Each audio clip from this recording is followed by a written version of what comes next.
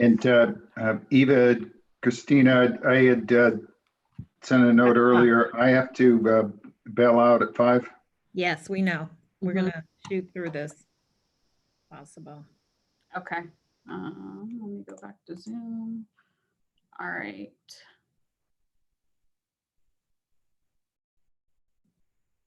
I almost have 4 o'clock.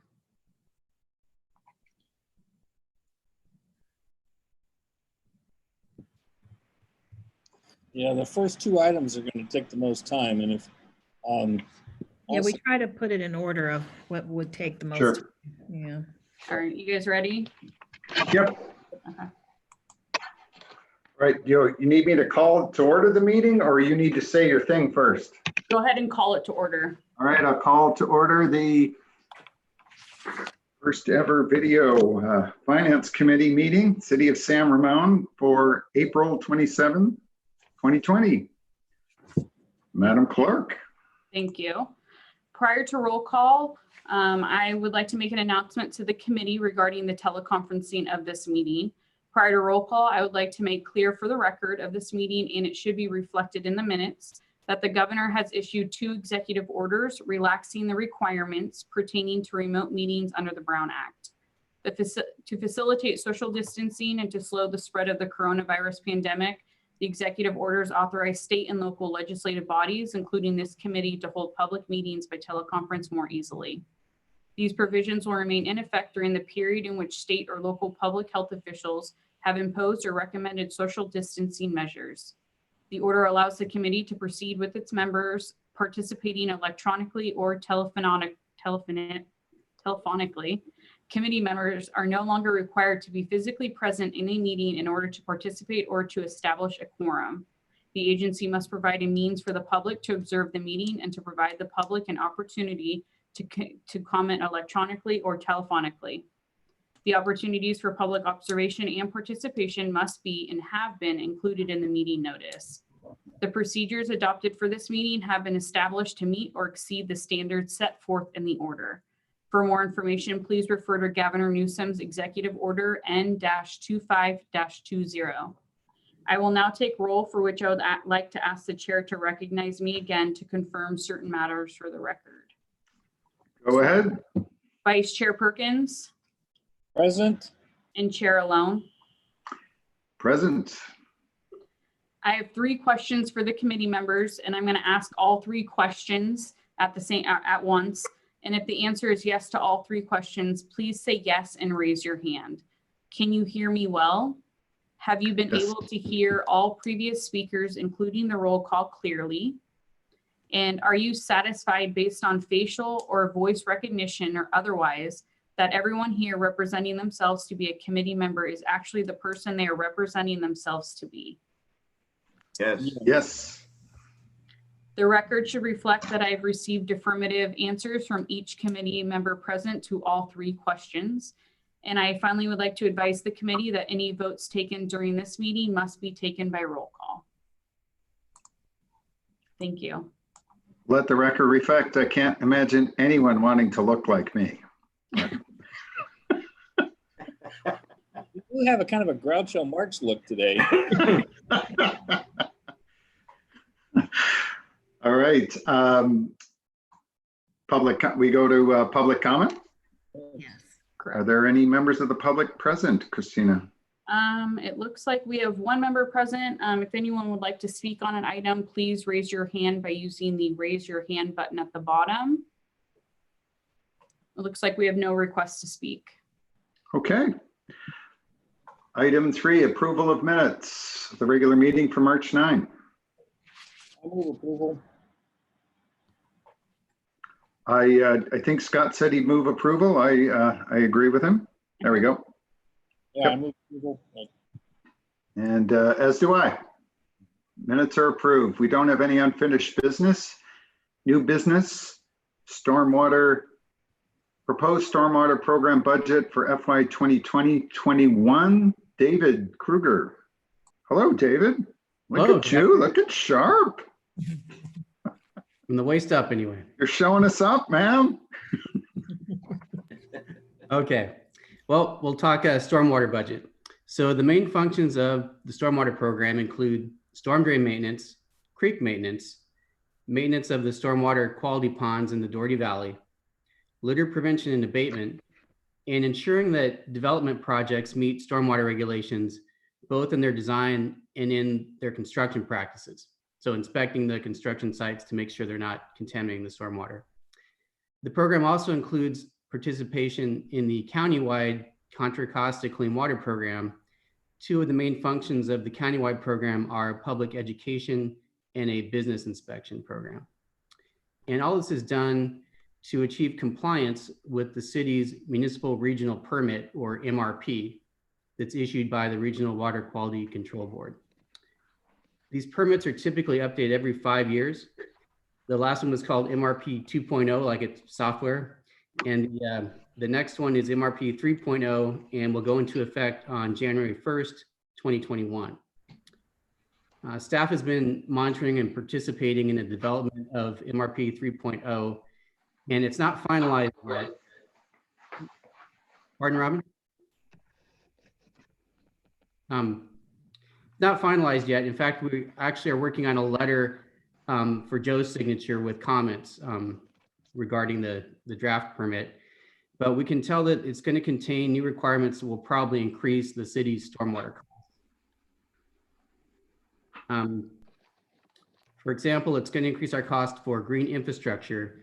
Green infrastructure are devices that can capture stormwater and treat it as a bioswale. Robin had presented on the green infrastructure plan at the policy committee on August 28th. So in regards to green infrastructure, the new permit may require us to install more green infrastructure based on the amount of redevelopment we do. And even more importantly, every time we reconstruct a city street, we may be required to include green infrastructure adjacent to that street or in another location as an offset. So in addition to green infrastructure, the city may be required to update our storm drain system maps and to require trash interception devices on private property. The new permit's also looking at reducing the threshold that requires C3 treatment devices to 5,000 square feet for all projects. C3 treatment devices like the specialized bioswale in front of City Hall. There'll probably also be new monitoring reporting costs. So while the program's costs are increasing, both due to the new permit and to general inflation, the revenue to fund the program is not increasing at the same rate. The program is funded through a property assessment of $35 per equivalent runoff unit. And so a single family home is equivalent to one equivalent runoff unit. And attachment A shows the methodology for assessing all types of parcels. The revenue from the assessment will grow slowly as the city grows, but the maximum rate of $35 per ERU cannot be raised without a Prop 218 ballot initiative. The county tried to pass such an initiative in 2012 and was unsuccessful. So therefore the rate has remained the same at $35 for the past 17 years. So with costs increasing faster than revenue, staff has long been predicting that the stormwater fund will eventually go negative. Last year at the April 22nd, 2019 Finance Committee meeting, staff projected that the stormwater fund would go negative beginning in fiscal year 2021. So last year's projection, we showed a fund balance of 0 at the end of this year, 2019-20, and an ending fund balance of negative around 119,000 for 2021. Happy to report that things are a little bit better than we had projected. Currently, we're projecting the end fund balance for this year of around $51,000, and then next year, positive fund balance of around $17,000. And we're now estimating that the fund won't go negative until fiscal year 21-22. And our current projection is at the end of 21-22, it'll be a negative around $59,000. This is all just tentative at this point. The new permit requirements haven't been factored in, and there may also be other changes to salary allocations, which will change the bottom line. One of the ways that we're keeping the fund positive in our projected budget for 2021 is we're proposing no administrative overhead charge to the program. Now, this year in 1920, there was an administrative overhead charge of $75,391. And we're proposing that next year and going forward, it'll be zero in order to keep the fund positive as long as we can. Our proposed stormwater budget for 2021 is attachment B to the report, and we have a 5-year projection as attachment C. Are there any questions? Yes.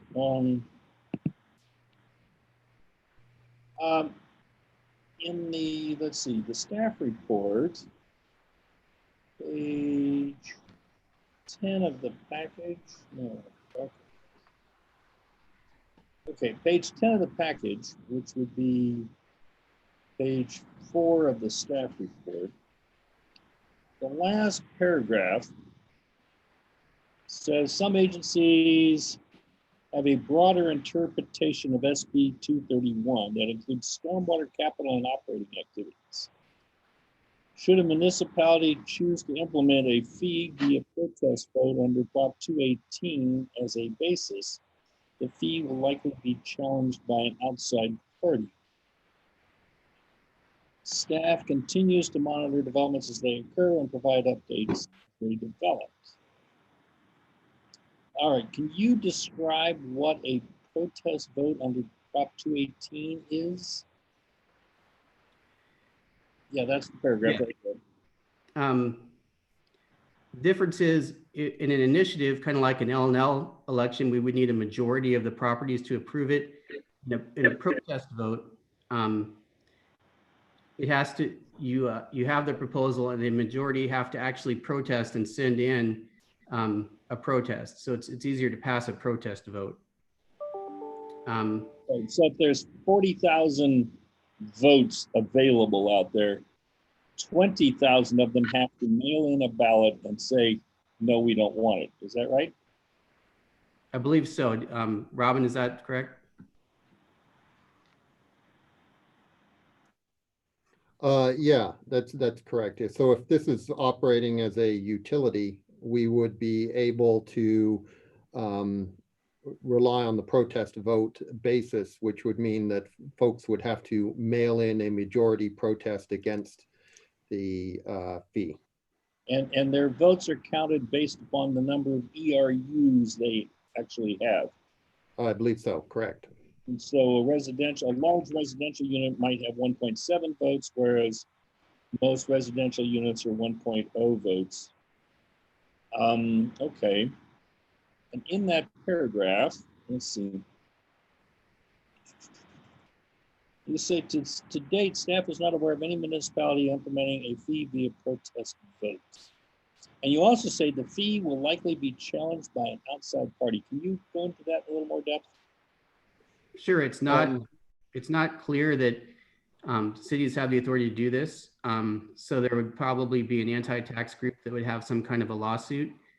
We have heard that Daly City might be going this route, that they might be trying this and they might have a suit, and then that would show whether, which way the courts interpreted it. But there hasn't been an outcome of that yet in Daly City. Okay. Are you in contact with, I guess, those two agencies, the California Stormwater Quality Association and the Bay Area Stormwater Management Agency Association? Are they, I assume there's something similar down Southern California. Is that true? I'm not aware of that. Our main contact has been through the Clean Water Program, who's been monitoring what's going on locally with that, in particular, what's going on in Daly City. Okay. Daly City is continuing to look at this issue, and we're hoping to bring judicial review directly onto their action by themselves. Oh, okay. Please keep the council informed as to the progress of that, if anything substantial happens, such as there is a ruling at the local, county. I guess this would be through a county, and then appealed through appellate to the Supreme Court ultimately. kind of like what we did with BIA in some ways. If you are aware of actions taken by either the courts or by Daly City, I would really like to be made aware of that. We were so hopeful when this SB 231 passed that it would allow us to do a rigorous and thoughtful program, but that hasn't happened. Any other questions, Scott? No, I move that we, I had one. Mhm. References CIP 5548. In this storm drain repair / maintenance, has that money all been spent? It has not all been spent. There are numerous ongoing projects that are under design. And so we expect construction to be starting up. Some of it will be this summer and then continuing on next year. So Robin, that essentially slides into 2021, essentially, as far as how the budget works. I'm not quite sure the question there that, Well, it's The budget referenced impact that, is this year. I'm sorry, go ahead. The budget impact is this year. Funding the well, the CIP. budget impact was last year for when the money was put into the CIP. So some of those funds are still in the CIP and in the process of being spent. Okay, so we'll end 1920 not having spent that money, but it ends up with an ending fund balance higher than say we didn't spend $100,000, the ending fund balance would be 151,000, but just rolls into the following year. Well, the money has been removed from the Clean Water Fund and put into the CIP fund. Okay, I see. Thanks. Well, I don't have any other questions. It's just sort of what it is, right? And Scott, you made, I think you made a motion. I'll second it and send it on to the council. Right? we don't, I move we accept the report and forward the draft budget to the council for action. I agree. All right. Moving on to Oh, Robin. The GAD. Doherty Valley GAD. I was out there yesterday. Looks good. Good, good. I hear a lot of people are using the trails right now.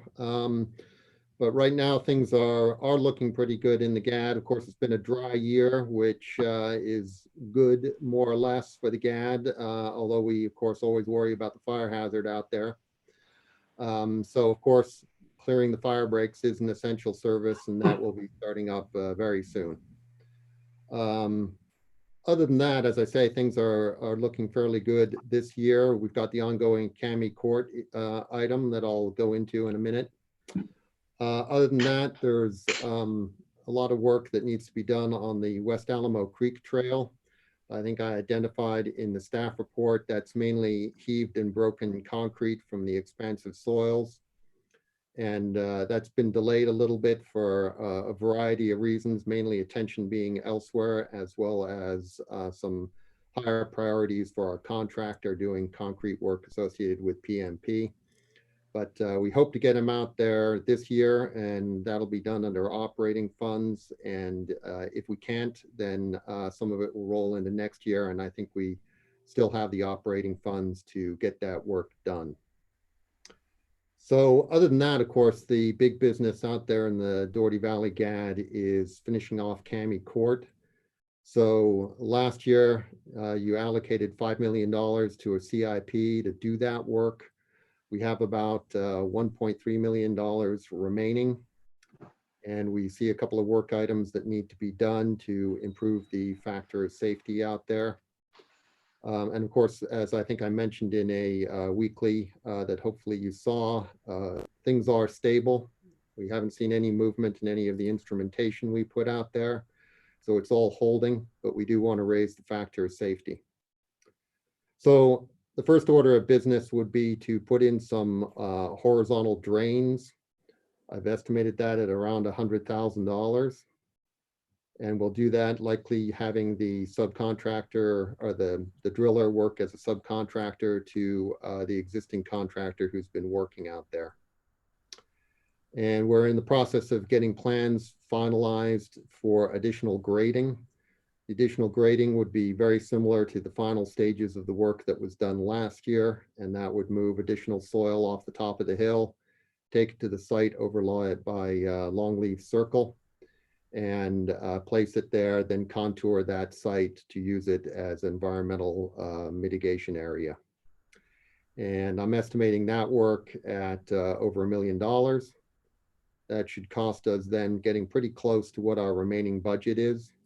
Hopefully we can get it done. If not, I would ask for augmentation at that time, and I haven't included any additional funding in this year's budget.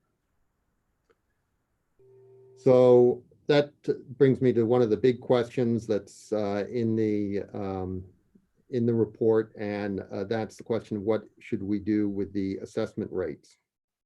So the report has a assessment rate increase to $200 per residential unit this year, and shows carrying that through for about 10 years. And so the idea behind that is basically an amortization of that $5 million impact and spread it out over about 10 years to bring our reserve back to where we projected it would be this time last year.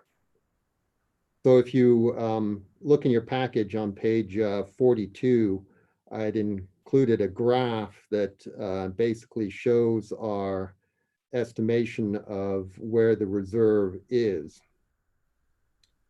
And so it's got a number of lines in it, and I'd like to walk through that a little bit. It includes the usual red line we've always had in these reports, and that was our target reserve number. And then zigzagging through it is a dark black line, which was the original assumptions that were in a 2003 report of how we should be expecting to see the reserve grow.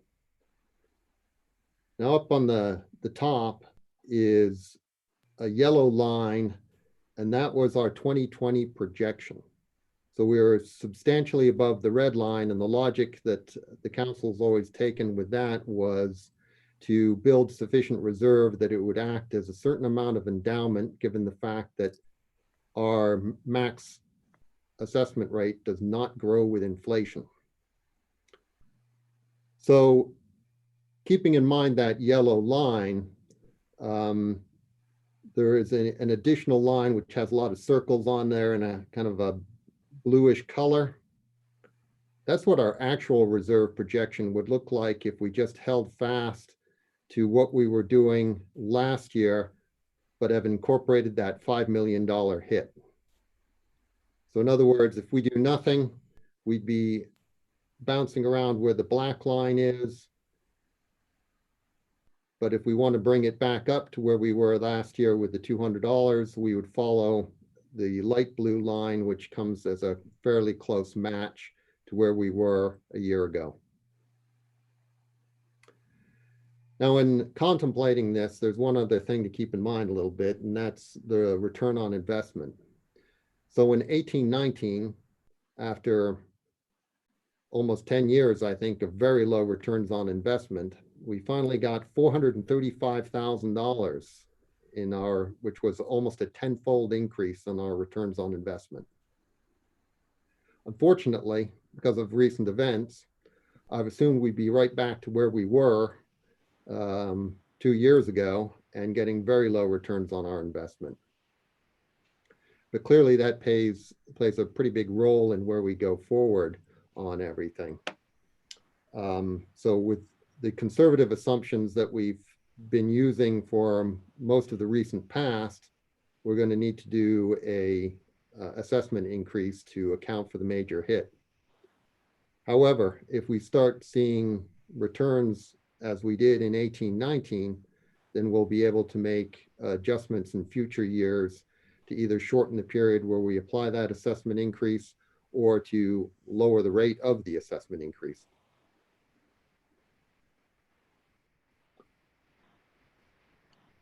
Okay, the light blue line assumes we push the assessment to $200 per house. Yes, Okay, and then that pushes us up over the target reserve line in only, what, 2 years? Is that right? yes, that would push us over the original red line in a couple of years, with the target of rejoining the line that we had established a year ago. Okay. But that, what's the percentage increase that would require? That would require almost what, an 18-20% increase? On that order. Ooh. So how often are we projecting a big hit? We were projecting a big hit of over $1 million every 10 years. So this was a hit of 5 times that. 5 times that, yes.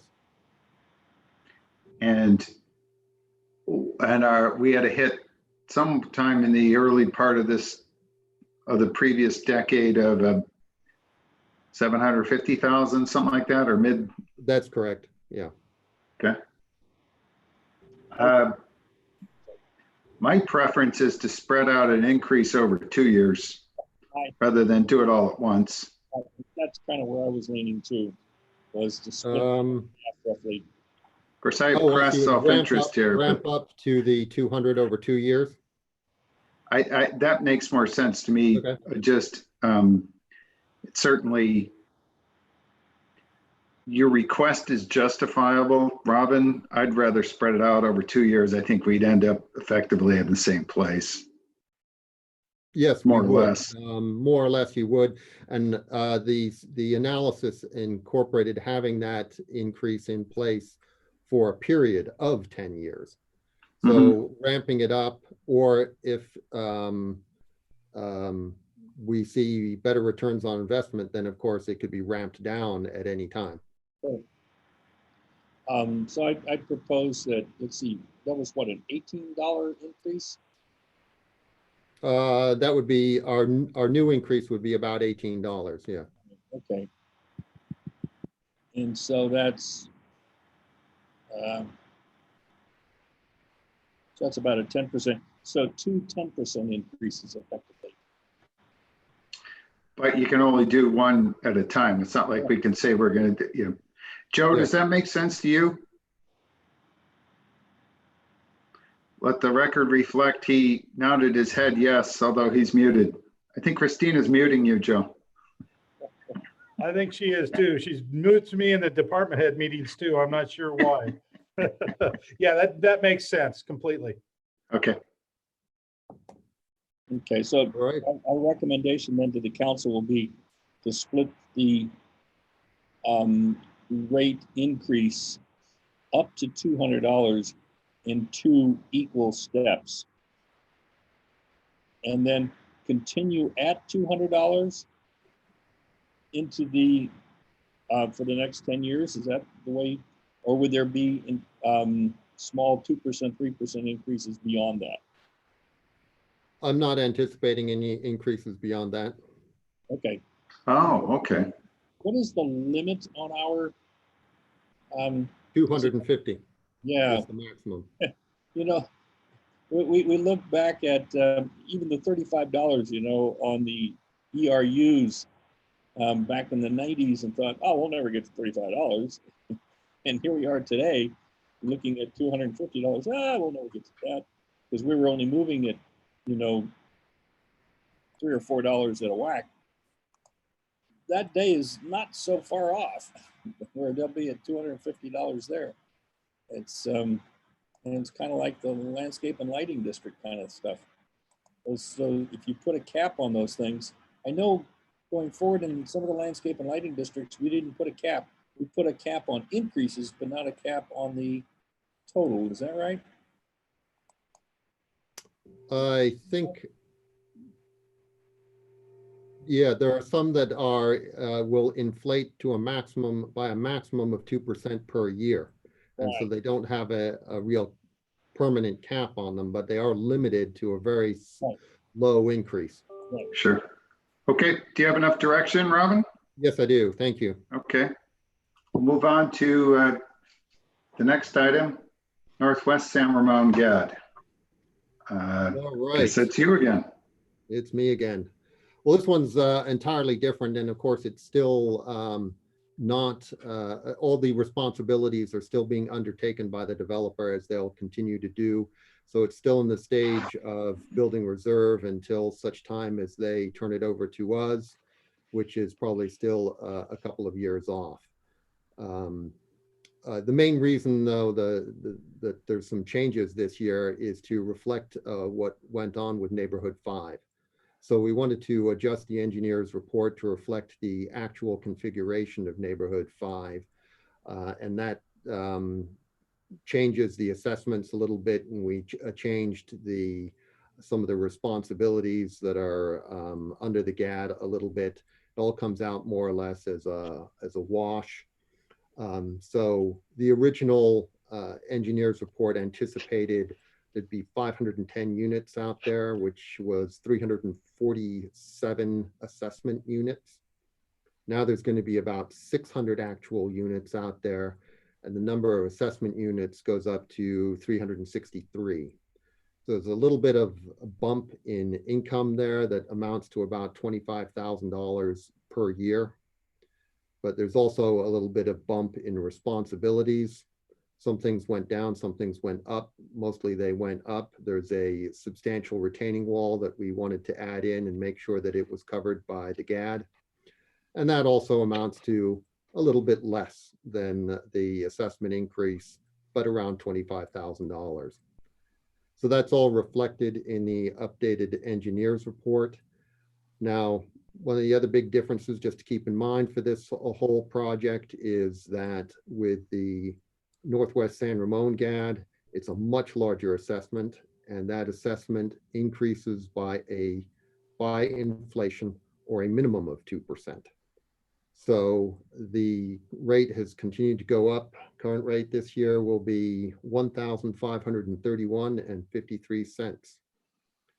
And that, again, will all go into building the reserve. That should add about $300,000 to the reserve and bring the total reserve up to about $500,000 this year. Are there any questions on this one? Yeah, I didn't have much in the way of questions. So what it shows us is that you've got a very large liability because of all the land associated with it and very few units to cover that liability. Yes.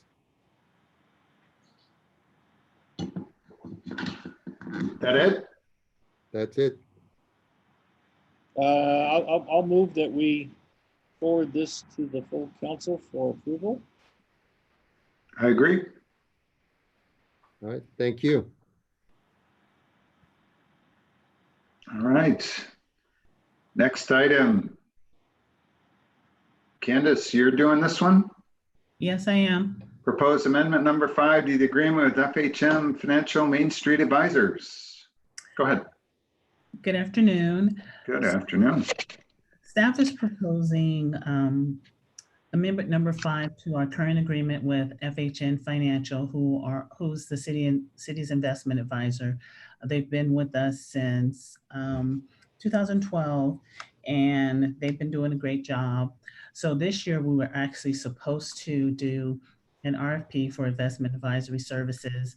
And right in the process is when all of the changes happened with COVID-19. So that's when we thought it would be better to wait until next year and extend the contract out through June 30th, 2021, sticking with our current investment advisors. So the current contract expires on June 30th, 2020, and we would just go an additional year with them. Is it at the same rate as before? It's the same rate. They've agreed to still charge $2,000 a month, so it would be an additional $24,000 for the next year. With that, I don't see any reason. Well, I think it's wise to just let it roll for another year. That's Okay, no good reason to switch horses right now. okay, thank you. Do you want to make the motion, Scott? Yeah, I'll move we approve, we recommend that the full council approve the continuation contract for the FHN Financial Main Street Advisors for one additional year. I second that. All right, thanks. Item 5.5. Candace, you're doing this one as well. Quarterly investment report. Well, you've never given one like this before, huh? What a Well, mess. Red letter day at the Bailey household. Oh, so this is the quarterly investment report for March. this is why Joe keeps all his gold in his mattress, folks. This is. Mm. So I do need to just say though that since our portfolio is primarily made up of fixed term, fixed rate bonds, then it's not really affected by the volatility of the stock market because we'll still receive the coupon or interest at maturity.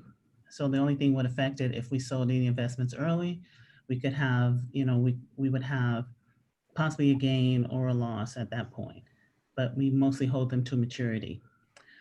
So just going down here, going into the details, on March 31st, we had 11.2 million in our JP Morgan Chase bank account and Wells Fargo combined. We were making a transition still between the two bank accounts. The whole portfolio totaled 69.9 million, which was made up of 39.6 million in federal agency securities, 8 million in treasury securities, 5.9 million in commercial paper, 8 million in corporate notes, 5.9 million FDIC insured CDs, and 1 million in supernaturals, 1.5 million in municipal bonds. So the yield to maturity was 2.11%, and the weighted average days to maturity was 649 days, which was 42 days shorter than the previous quarter. Interest rates were 29 basis points lower than the previous quarter. Our money market had 2.9 million, which is available. It's available for current operations. The interest rate for that was 0.30. We had 3.7 million in LAIF, and the current interest rate for that was 1.78%. The investments held by trustees was 17.9 million, most of which was the new COP, the 2019 COP for infrastructure. And that's pretty much all the details of the portfolio. Are there any specific questions that you have? Scott? No, I read through it and recognizing that like you said, bonds held to maturity. Well, just, there's no, we don't hold anything risky with AAAs and AAs and things Right. like that. So there's no risk on this stuff. We didn't roll the dice, and our cars account looks pretty, but this one looks okay for now. In LAIF, LAIF is at, I see LAIF is returning higher than the other two. Is that my sonograph? Higher than the money market, yes. So we recently just got our property taxes, so we'll be putting more money in LAIF. Okay. I guess we just need to, Report send it to the council. sounds good. Thank you. All right, so next item is that you as well, Candace? No, that Eva. one is Vivian. Eva. Go ahead, Eva. Vivian's going to do this report. Oh, okay. Sorry. Good afternoon. I'm trying to share the report. Yep, it's there. Great. So this is the third quarter for your information. Total revenues for the general fund received through March was 33.2 million. It's about 92,000 shy from March of 2019. The top four deviation you see is in property tax, 597,000 higher. Sales and use tax, 503 higher, and that's to reflect a change in business and business sales, one-time adjustment, and a full year city center. The decreases are in licensing permits. We're seeing fewer electrical, plumbing, heatings, and the building permits fee received from the city center from the prior year. We're also seeing 471,000 lower, fewer fees received from aquatic teams and sport programs. And those were because due to a change in accounting, where we now only account for the net revenues instead of the revenue and expenditure for parks, offset by increase in encroachment permit and engineering inspection. Full year estimate is at 49.7 million, compared to the budget of 52.7 million, a difference of 3 million. This is the same projection that we provided to the City Council at the April 14 budget workshop. Right. Are there any questions before I move on to the next page? No, that's fine. Go ahead. So on this page is the total revenue for all funds from general fund all the way to the CIP fund. We collected 54.8 million or 800,000 more compared to prior March. The increase are mostly in gas tax, 429,000 in gas tax, 108 in Measure J, as well as assessment-related revenues such as Dory Valley, 878,000, and the GAP, 112 for the Northwest San Ramon. The decreases are mostly in mitigation funds.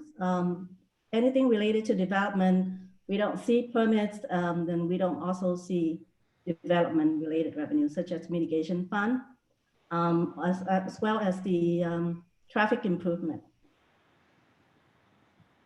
Full year estimate is at 91.7 million compared to the budget of 96, a difference of 4.4 million. 3 million of that is in the general fund. And the remainders are also development related.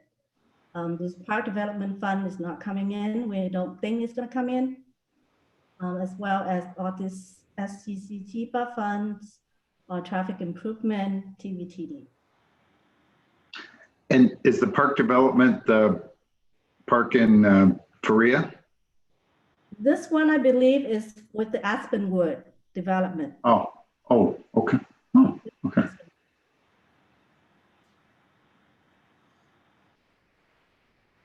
So moving on to expenditures. Staffing level, City Council authorized 272.75 FTE, funded 266.75 with 6 unfunded positions. They're down right here. Currently, we have staffing of 252.75 FTE with 14 vacancies. There's 2 in admin services, 7 in police services, 1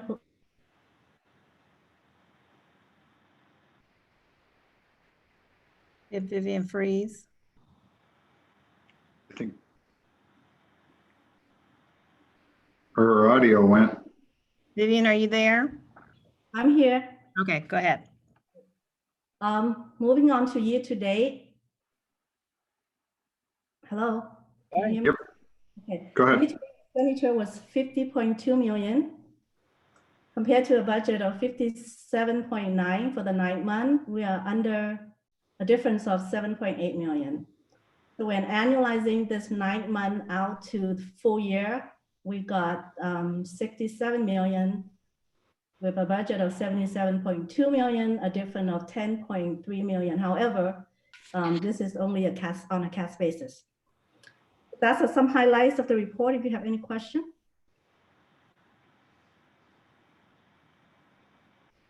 So I'll ask Ava, so you see, when you see $10 million difference for the year, you know that's not $10 million, and I do too, but what do you see?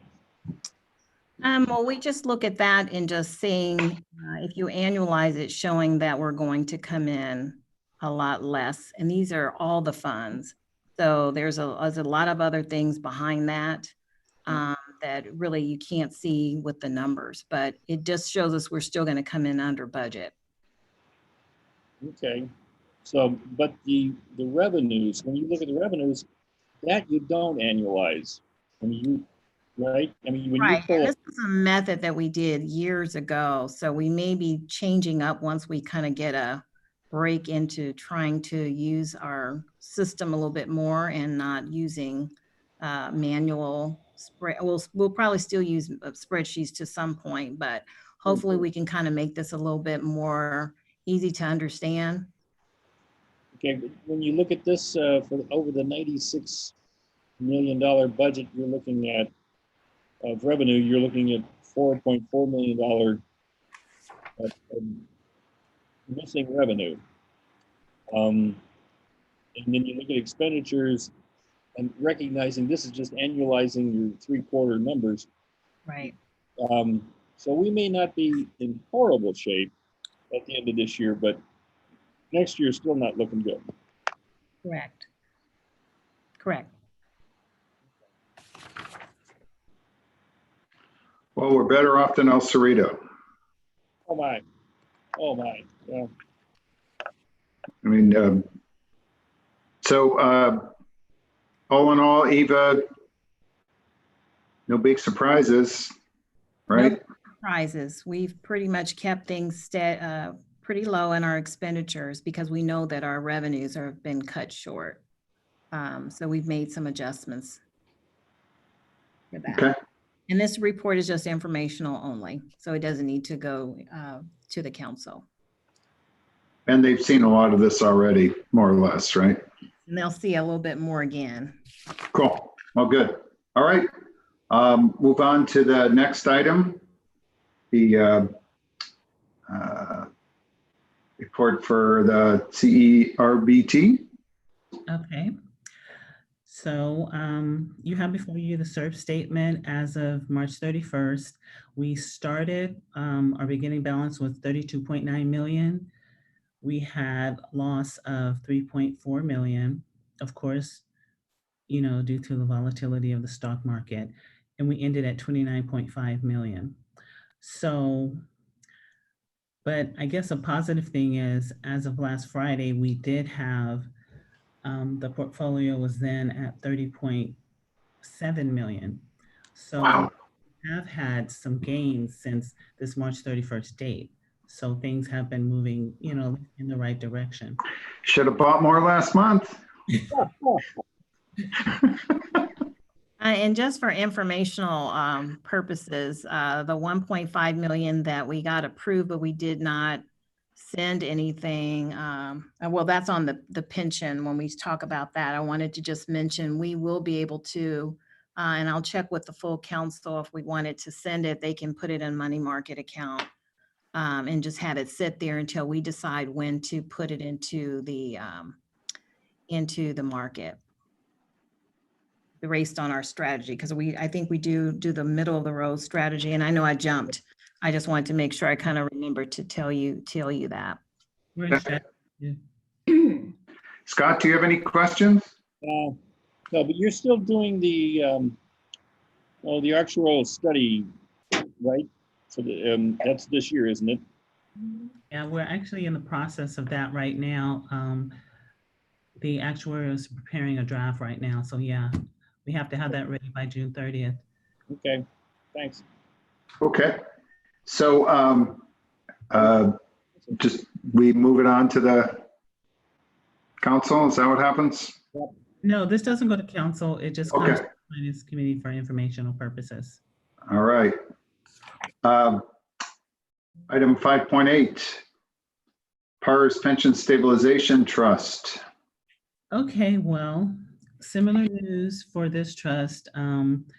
We started at 2.8 million and we had 275,000 in losses, ending us at 2.5 million. So, you know, it's the same situation with the stock market, and we're expecting it to gradually improve over time, but we haven't sent any money to PARS at all this year. And like Eva mentioned, we could send it and just have it in a money market and then wait till we feel that it's safe to start to invest it. Did you happen to look and see what it's at today? I'm sorry, I don't have that information. I knew you were going to ask that, but I didn't. That's all right. I don't look these days either. So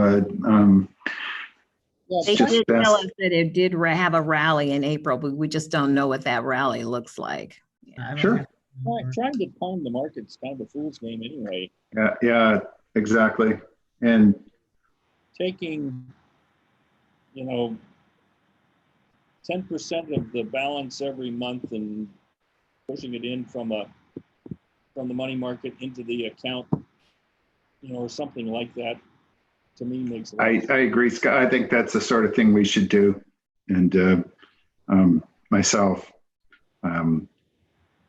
then we can be comfortable. We made a reasonable decision, provided that the experts concur, which they seem to over time. And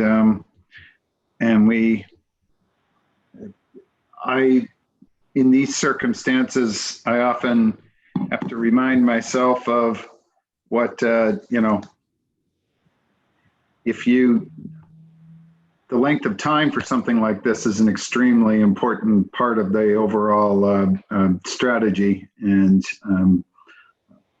we don't need this money tomorrow, but our intentions were to build it over the course of an extended period of time. So, all right, is this something we also just accept? And Just informational as well. okay, you good with it, Scott? Yeah, we're good. Pressure's on, Candace. It's got to be better news next time. I really hope so, and I think it will be. Blame Joe if it isn't, right, Joe? That's how it works. That's how it works. I think that's it, isn't it? We're good. Yes. Well, I want to thank everybody for accommodating my time schedule. And I wanted to say I'm grateful that we were able to actually do finance committee meeting. Yeah. Thank you. Finances and it may be, another 2, 3, 4 months before we can actually meet together, but thank you all. And Okay, and the next meeting, I think, is what, May 11th, I want to say. Oh, It's kind of back to back because when we do the quarterlies, it's later in the month, and then the next month kind of follows. okay. Thanks for the heads up on that. It's May 11th. okay, Thanks, Joe. thanks, guys. All right. I guess we are adjourned. Thank you. Thank you. Bye.